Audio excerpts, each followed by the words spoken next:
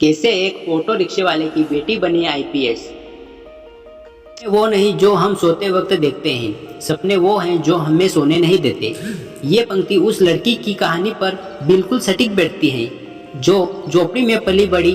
पिता एक auto rickshaw चालक थे, माँ घरेलू सहायिका, और उसने तमाम कठिनाइयों को पार करते हुए देश की सबसे कठिन परीक्षा यूपीएससी को पास कर आईपीएस अधिकारी बनकर अपने माता पिता का सिर गर्व से ऊंचा किया।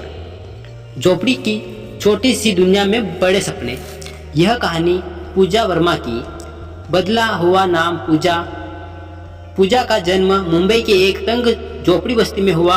उनके पिता दिन भर ऑटो चलाकर घर चलाते थे और माँ दूसरों के घरों में बर्तन मांजती थी। घर में कुल 4 सदस्य थे, माता पिता, पूजा और उनका छोटा भाई। बचपन अभाव में बीता, लेकिन पूजा को पढ़ाई से लगाव था। जब अन्य बच्चे खेल में लगे होते, वह किताबों में खोई रहती। उसकी माँ हर शाम उससे कहती, बेटी पढ़ लिख कर कुछ बन जा ताकि तेरी जिंदगी हमारी जैसी न हो। यह शब्द पूजा के दिल और दिमाग में बैठ गया। संघर्ष से बनी रहा। सरकारी स्कूल में पढ़ते हुए पूजा को कई बार किताबें उधार लेकर पढ़नी पड़ती।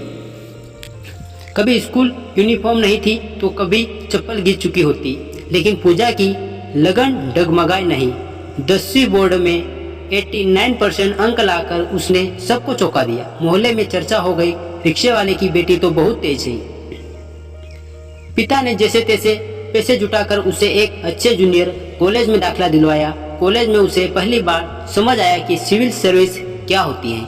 जब एक पूर्व आईएएस अधिकारी वहां भाषण देने आए और देश सेवा के बारे में बताया तो पूजा ने उसी दिन ठान लिया, मैं आईपीएस बनूंगी। गरीबी और समाज की चुनौतियां। घर की स्थिति बहुत खराब थी। कभी बिजली नहीं होती, कभी पानी नहीं होता। पूजा के पास मोबाइल नहीं था, न इंटरनेट, न कोचिंग का पैसा, लेकिन उसने हार नहीं मानी। वह हर रोज पास की लाइब्रेरी में जाती, अखबार पढ़ती और पुराने नोट्स से पढ़ाई करती।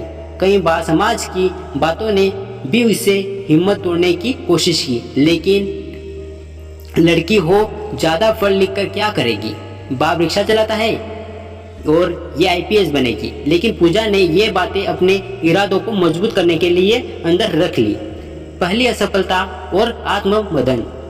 यूपीएससी की तैयारी के दौरान पूजा ने हर दिन 10 से 12 घंटे पढ़ाई की। उसने सेल्फ स्टडी के यूट्यूब वीडियो से गाइड ली और टॉपर से की रणनीति को अपनाया, लेकिन पहले प्रयास में वह प्रीलिमिनरी भी क्लियर नहीं कर पाई। यह हार बहुत बड़ी थी। आत्मविश्वास हिला, लेकिन परिवार ने सहारा दिया। पिता ने कहा, बिटिया एक दिन मेरी ऑटो में लगे पुलिस वाले स्टिकर की जगह तेरी तस्वीर होगी। यह शब्द पूजा के लिए संजीवनी बन गया। दूसरे प्रयास में विजय। दूसरे प्रयास में पूजा ने रणनीति बदली, मार्क टेस्ट सीरीज और ज्वाइन की उत्तर लिखने की प्रैक्टिस की और इंटरव्यू तक पहुंच गई। इंटरव्यू बोर्ड के सामने जब उसने अपनी कहानी सुनाई तो एक सीनियर अफसर की आंखें भर आई। उन्होंने कहा, हमें देश में बदलाव लाने के लिए तुम्हारे जैसे अफसर चाहते हैं। और फिर आया वो दिन जब रिजल्ट आया। पूजा वर्मा रैंक 179 सेवा आईपीएस। अब बदलाव की मिशन पर। अब पूजा एक जिले में एएसपी अफसर पुलिस अधीक्षक के रूप में तैनात हैं। उन्होंने अपनी पहली सैलरी से माता पिता के लिए पक्के घर का सपना पूरा किया। आज भी वह गरीब बस्ती में जाती हैं, वहाँ की लड़कियों को पढ़ने के लिए प्रेरित करती हैं। वह कहती हैं, सिस्टम बदलने की सबसे अच्छी जगह खुद सिस्टम के भीतर से होती है। मैंने गरीबी देखी है, अन्याय देखा है, इसीलिए अब मैं न्याय का चेहरा बनाना चाहती हूँ। कहानी से सीख। हालत जैसे भी हो, अगर इरादे मजबूत हो तो कुछ भी संभव हो सकता है।